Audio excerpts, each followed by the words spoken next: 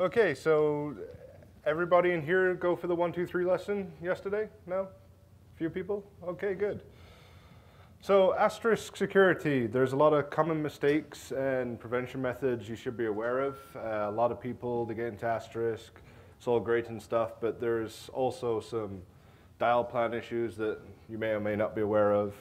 And there's also many other things beyond Asterisk that you should be aware of. Too many people focus just on Asterisk, and usually that's not really where they get attacked. So, things that happened when I started to learn Asterisk, I eventually, after many years, deployed a large deployment for a public company in many different countries. And I've also deployed a hosted PBX, which is now nearly 2,000 companies and probably more by tomorrow. Telecom Fraud prior to VOIP has been there forever. If anybody remembers the little whistles you got in the box of Captain Crunch, that produced a tone that gave you free dial tone on phones. That's still not too uncommon with some old Bell networks.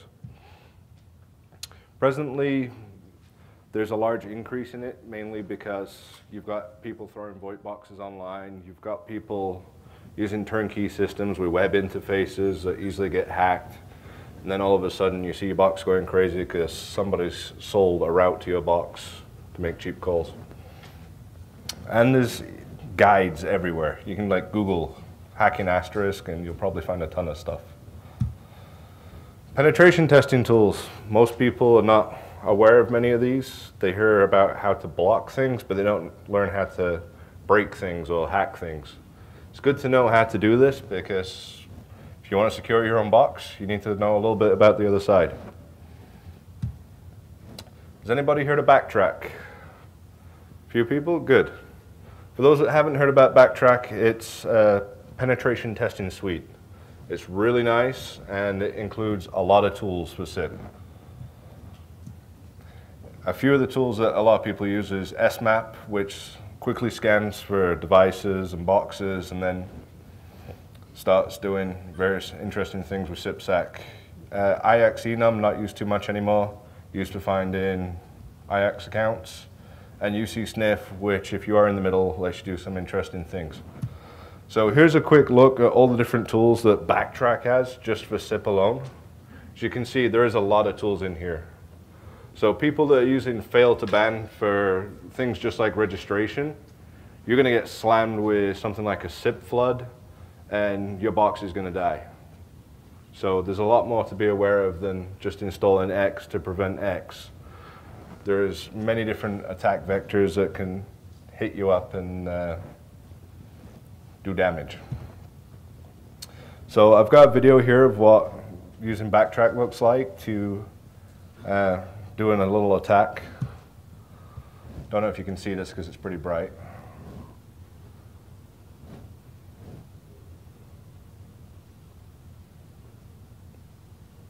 So that's what your command line looks like when it's getting attacked by a random attack looking for accounts.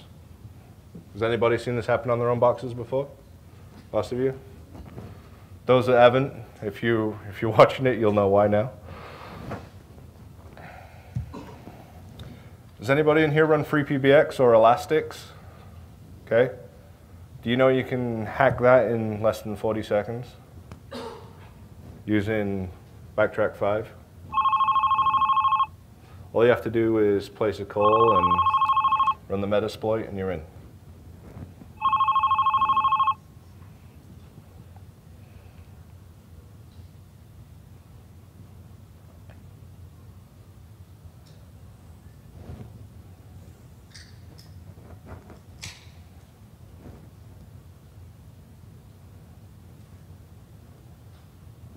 And there you have it, shell access to your Trix box or Elastics box. So this is reiterated on the fact that although you have failed to ban doing all the wonderful things inside there, this was just a phone call to your box and it exploited an issue to do with one of the PHP files and also some of the internal passing on the context inside Asterisk. So common oversights, like I keep hopping on everybody, it's not just dictionary attacks. It's because people are building boxes that have everything in, including the kitchen sink, the web server, the email server, the NAS, the SAN, an FTP server. You don't want to be too crazy with it. You have to ask yourself when you put a box online, do you have these things on there and how are you going to stop them? Just don't think SIP. Think other things as well. That's a good point to get across and remember. So in Backtrack, we have this wonderful tool called Fast Track. It's where it's okay to finish in under 3 minutes. This will basically throw every single type of attack against an IP or a range of IPs. So it'll look for web vulnerabilities, SQL vulnerabilities, anything it can get its hands on, it's going to try, and it'll do a wide range of them. You can configure it out a little bit more and do some escalated and privileged type attacks. But for beginners, this is a good one to play with. If you have a production environment and a test environment, try slamming your test environment with Backtrack and a couple of the tools it provides. They'll hopefully, you know, save you from grief later on down the road from a real hacker. So Asterisk general security configuration tips. These are pretty old, but they still stand true today. This probably applies to a lot of new Asterisk users, which is primarily a good portion of this talk is about. Don't accept authentication requests from all IPs. A lot of people have been telling you that today. So allow a range, deny everything else. Pretty common sense. Always set auth reject to yes. You don't want people easily pruning out names of accounts from your box. If they do, then they just have to get the password. Use strong passwords. I've seen many providers, they have a bad habit of this. They use a phone number for their account name or a simple extension, and then they have the last 4 digits of the password or a simple password. Anybody in here being hit by simple password attacks? Nobody? Oh, one person? Yeah. It's convenient, but at the end of the day, it kicks you in the butt. Block your IMI manager ports. A lot of people overlook this because they write little applications and they don't realize the implementations of it, and that can cause a lot of trouble. Another big thing to do is don't allow a single SIP user to be able to place hundreds of calls. Limit them to a couple of calls. There's no way that, you know, your sales guy can be on 18 calls at once. So limit him to a couple calls. Make your SIP usernames different than your extensions. Kind of touches on the previous one, but it's an obvious one. And ensure your default context is secure. A few versions of Asterisk ago, even still today, the allow guess default is not no, it's yes. And it goes to the default context. So what usually happens is people start building out the context in the default context, and they've got these wonderful things like dialing out, and then anybody from the outside can come in and dial out from your box. Lots of people have been got by this. I think somebody here last year got hit with $300,000 phone bill because of this, which is fairly hefty. Yeah, so make sure guest is no all the time, and make sure your contexts that are easily accessible are not. So common dial plan gotchas. A lot of people that start to write dial plan use examples from the web or read a book and they go through it, or they get lazy. But here's some good examples of what not to do. So toll-free numbers, they cost money by the minute for companies. Does anybody see what's wrong with this IVR context? No? Yeah, it's a loop. So there's actually nothing here counting and kicking people off. I've seen a lot of people do this, and the toll-free companies must love it, because you can, you know, go to a payphone, dial the number, throw it off the hook, walk away. Without an exit on that, or a loop, every time it hits invalid, it just keeps looping and looping and looping.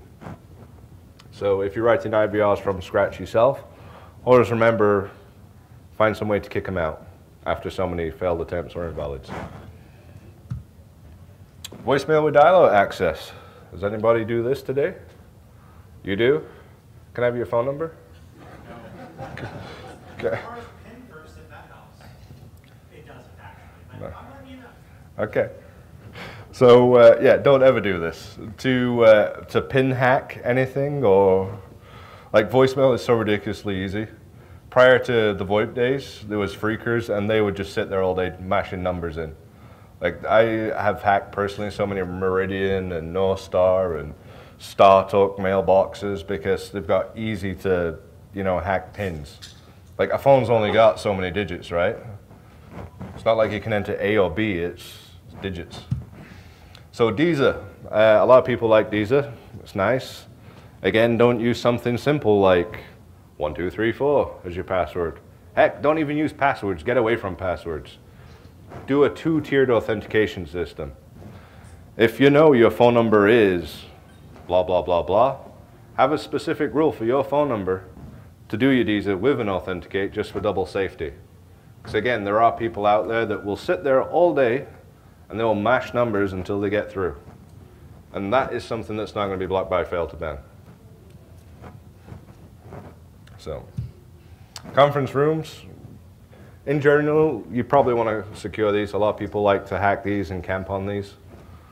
So it's another consideration to think of. Okay, poorly constructed dial plans. Does anybody use the X dot still? Yes? I like you. Okay, so the problem with the X dot is it allows for injection into the dial plan. That was recently fixed, I think maybe last year, maybe a little bit before that, with regex and filter. A proper example of using regex and filter is as is below there.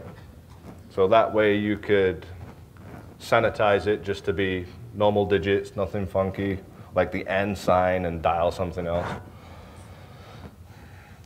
Has anybody been attacked like that before? No? One person? Yeah? Okay. General network considerations. Does my phone server need to route to the entire internet or just a portion? Static routing, you don't even have to go application level at this point. You can go box wide. Say you only have customers on Rogers or Time Warner, just have a static route back out to the internet for that net block. Anything else won't even be able to hit it and get out because there's no route back out. Very simple way of doing security on that level. Does your internal network pose a threat? Use VLANs if it does. A lot of companies now, larger ones, they have security cameras all over the place and they actually bomb so much traffic across the network, it causes issues. How am I going to control external internal threats against my phone system? Vendor X says they can do it for so many dollars. Don't ever listen to a vendor about saying that's going to tell you they're 100% secure. There's always going to be a loophole found at one point, and there's always a way to crash a box. And another good thing to do is ask your phone provider what they do. A lot of providers, a lot of smaller providers now these days will actually notify you if you start making a lot of international calls or you go over a certain spending limit a day. It's a good thing, right?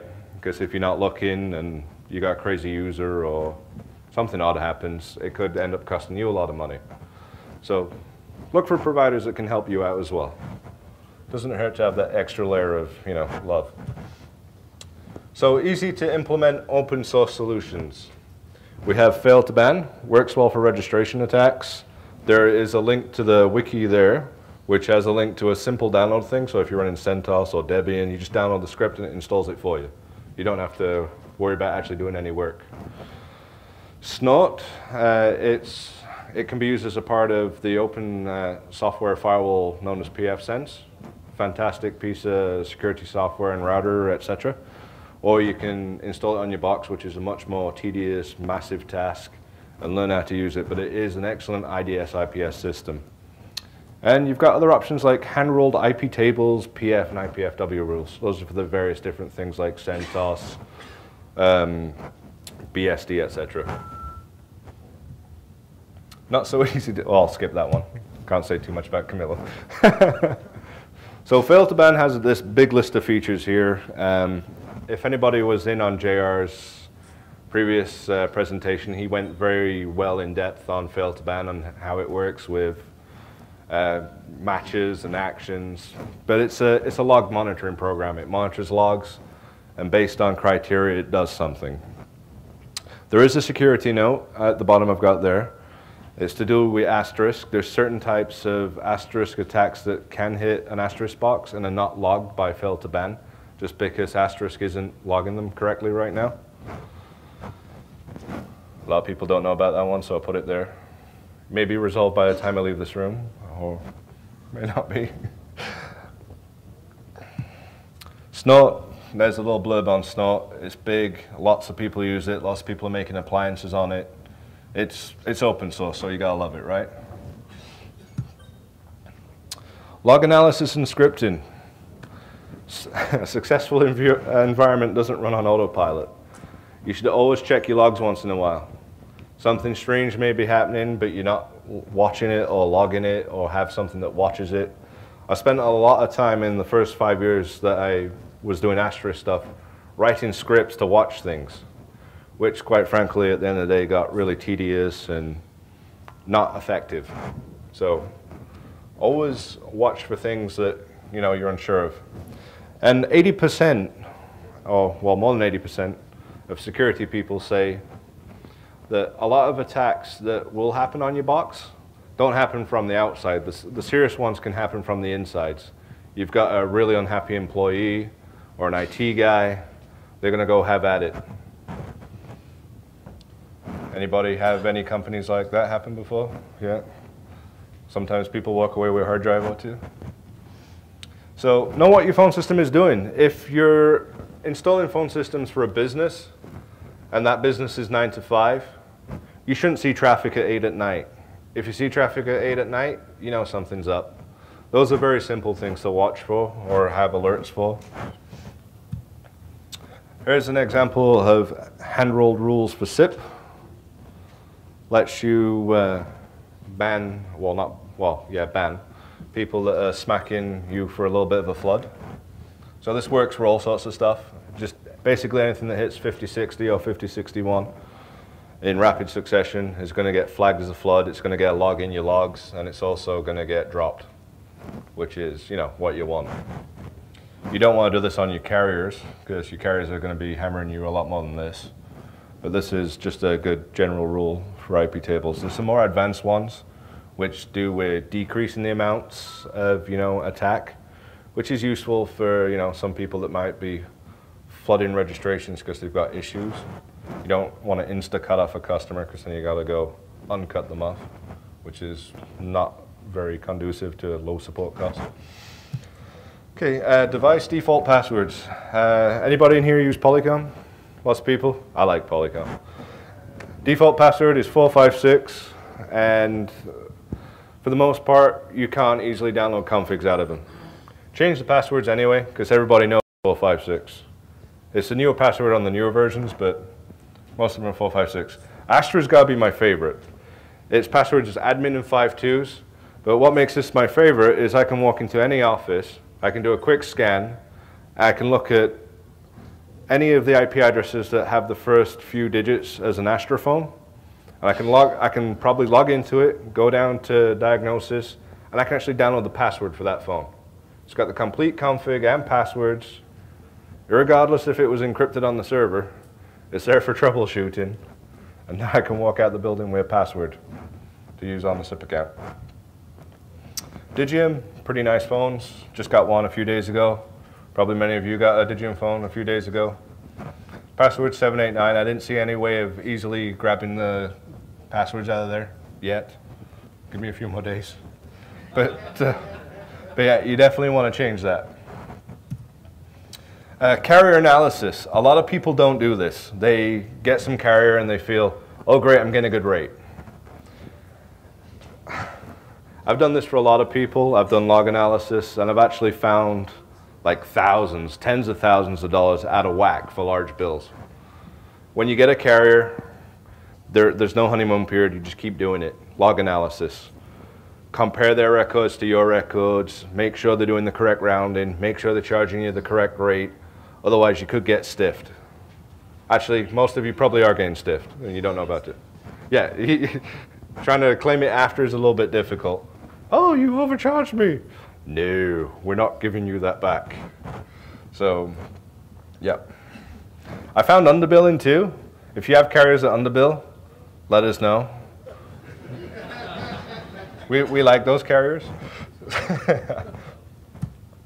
And here's a free tidbit on how to insert CSV records really fast into a database. If anybody hacks around the command line a little bit, but wants an easy way of dumping in a CSV file to a MySQL database for comparing, here's a real old school way of doing things. You know, we cat the file, we awk it to split it out into variables, and then we spit it into a printf that inserts it into a table. A lot of old school glue, but this is usually the best method for doing things. It's fast, it's lickety-split, you don't sit there in Excel. Besides, if you're a large guy, CSV files you get from carriers are like 200 plus megs. They don't open in Word. They like die, explode. So, questions. I kind of flew through this, but I figured there'd be a lot of questions, and you're probably all eager to get out of here and start using Backtrack to hack your own boxes. Yeah. Yes, I will. We've got a microphone for questions, so. It'll be AV guy at the back. Will it be on the Astricon website? Yes, In about 3 weeks. If you want it sooner, bring me memory sticks. Lots of memory sticks. There's a question in the back here. Hold on just a second. To rate your carrier CDRs, did you roll your own or do you have a favorite tool? I rolled my own. You want to share that? It's done in PHP and it differs for every carrier, so they're not very difficult to write. If anybody would like to know how to write a rating tool, it's pretty much the same as you would write a rating tool for your own company, but you have to use their rules, and then you just do a compare on the tables. But yeah, see me after if you want to know more about that.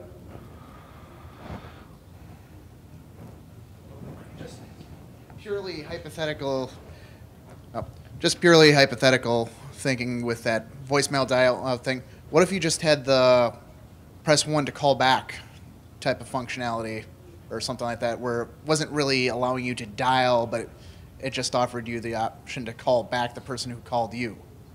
Call back the person that called you. I don't even. Why would you do that though? The whole idea of the voicemail thing is for dial tone, right? Like there's options inside the voicemail conf that let you exit out to contexts. Like if you want to do like a dial back, you can do a dial back. That's not harmful, unless Right. the dial back's to China and then somebody starts hammering it. Only when you dial and go through the voicemail, you go back to the operator. You press 0. something like that. Yeah. Yeah. I was just wondering if you had any security concerns with doing something like that, where it's like No, you called me and left a voicemail, and I just hit a button to automatically call you No, back. that's a good feature for end users. Okay. Just, yeah, if there's any way of exploiting stuff, think about how it can be exploited. That's really the takeaway point. And don't ever just get hung up on SIP. Lots of people, oh, my SIP's getting attacked. A lot of companies don't get hacked through the SIP. They get hacked through their Apache web server and their custom user tools. Actually, see, there's a RAT tool that makes now the same in SIG, but takes. Oh, nice. Yeah, so there's actually right now working scanners who detect your X phones. Oh, fantastic. Yep. So yeah, turn off your X. Any more questions? No? Everybody's good? You're all going to be safe? Yep.